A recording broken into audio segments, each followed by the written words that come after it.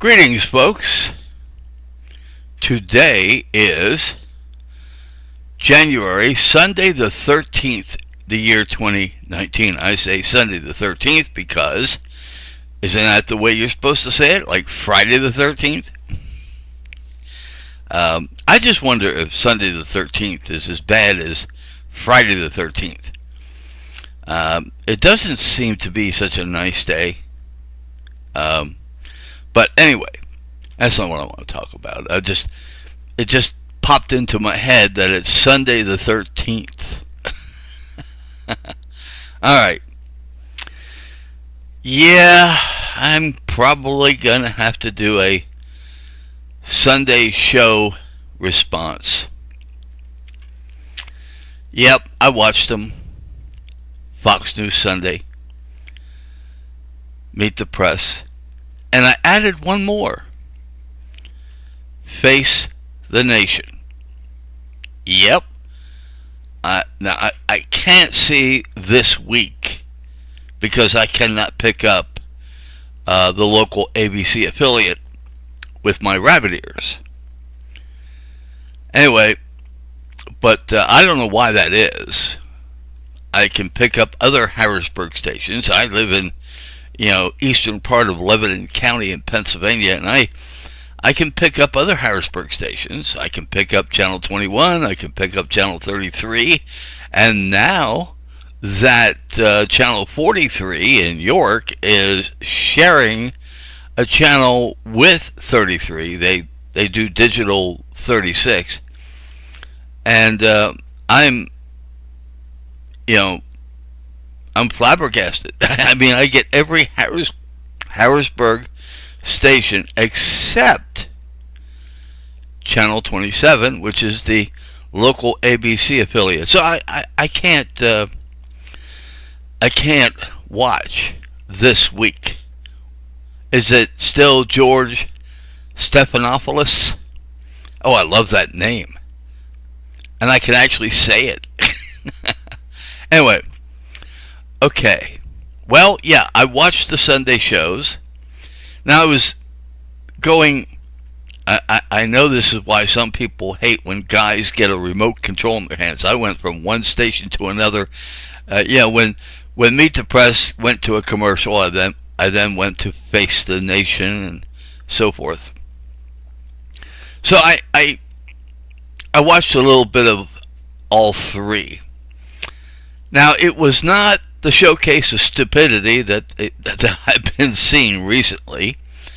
Fox News Sunday had Juan Williams as part of their panel, and I have seen or heard that, I know from listening to him for years, is that he is a rather intelligent person. And so I appreciate Juan Williams. Meet the Press had an intelligent lady on by the name of Peggy Noonan. She's part of the panel. Now, strangely absent, well, not strangely, normally absent is the Constitution. And so it was today. They've totally ignored the Constitution. As does our Congress, as does our President, as does the Supreme Court.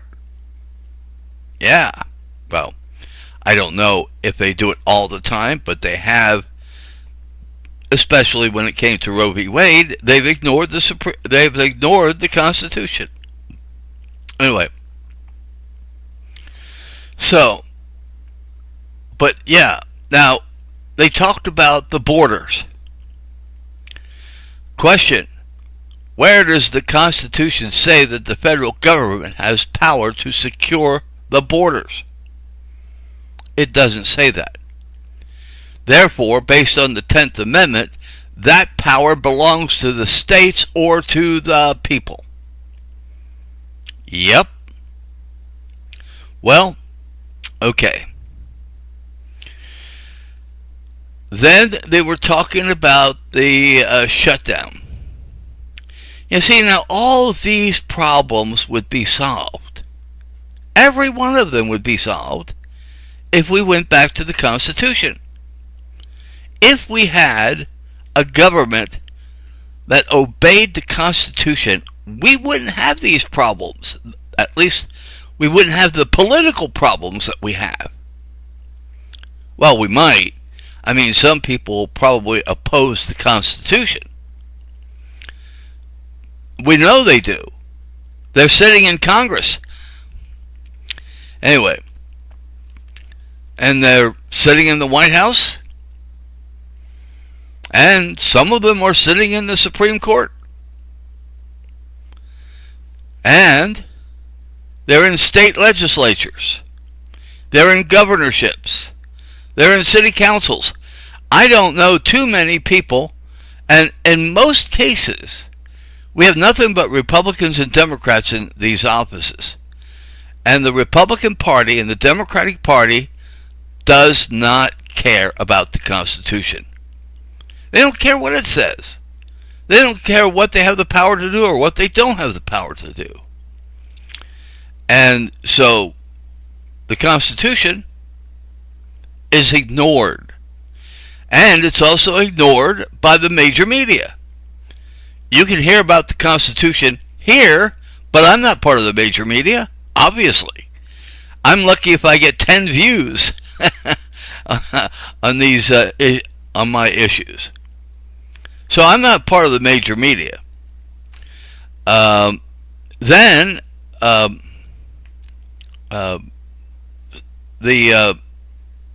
see, who else ignores the Constitution? I think that covers it. You know. And in my opinion, that is tantamount to treason.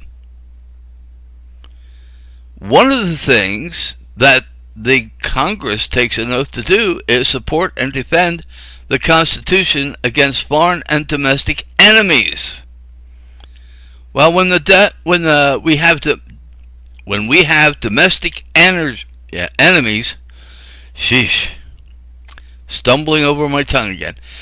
when we have enemies of the Constitution in Congress, what can we do about it? There's only one thing to do. Ladies and gentlemen, vote them out. Get rid of them. As long as Republicans and Democrats remain in power, we will not have anybody in Congress that supports and defends the Constitution. Same way with the presidency. Democrats and Republicans do not support and defend the Constitution. In fact, I think the only president in my lifetime at least tried to support and defend the Constitution, but then again, he had a Congress that probably didn't. And that was President Kennedy, and we know what they did to him. You know, I mean, he started printing treasury bonds, treasury bills, dollar bills made by the Treasury, and probably backed by gold and silver, because we were not off the gold and silver standard as of yet. And so he was undercutting the Federal Reserve. And there were, speeches he made about the Federal Reserve. He made speeches about various different parts of government, like the FBI, the CIA, and, I'm sure that he has created quite a few enemies. Well, those enemies shot him. He was doing his best to get this country back to the Constitution. That's what I see. That's what I believe. Now, was he perfect? No. There are a couple things that he did that I have questions about. Like, for example, sending troops down to, was it Alabama, so that 2 black students can go into a particular university or college. I'm not so sure that was a constitutional act. But it's done. And he probably made some other mistakes too. But the fact is, he was doing his best to return to the Constitution. And that's what I see in President Kennedy. We have not had a president like Kennedy since. They've all supported an agenda that went against the Constitution.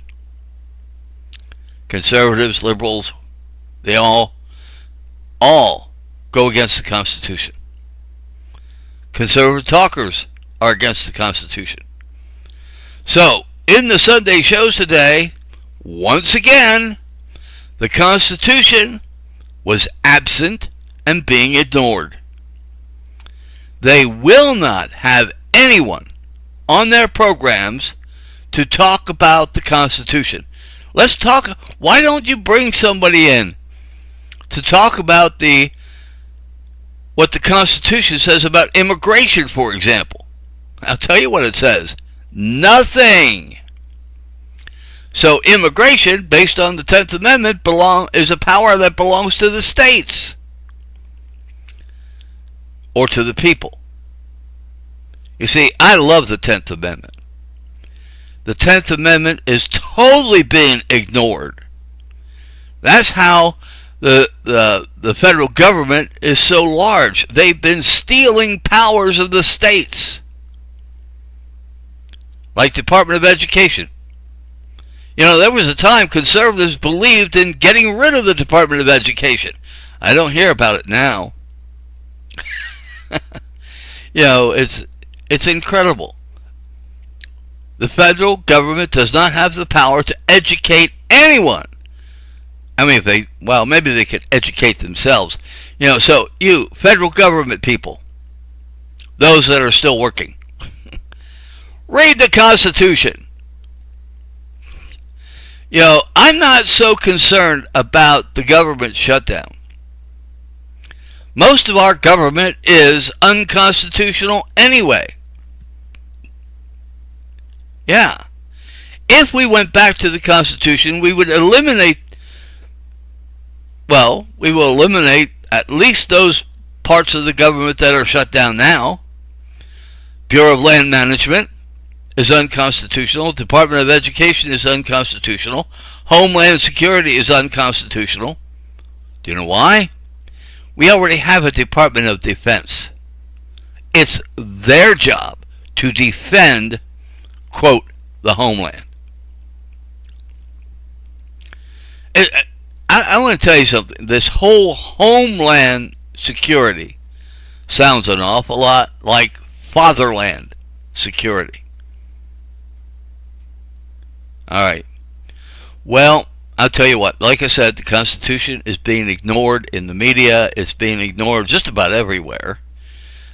Except there are a few people like myself who do support and defend the Constitution and will support and defend the Constitution until they kill us, which they probably will if we got too much power.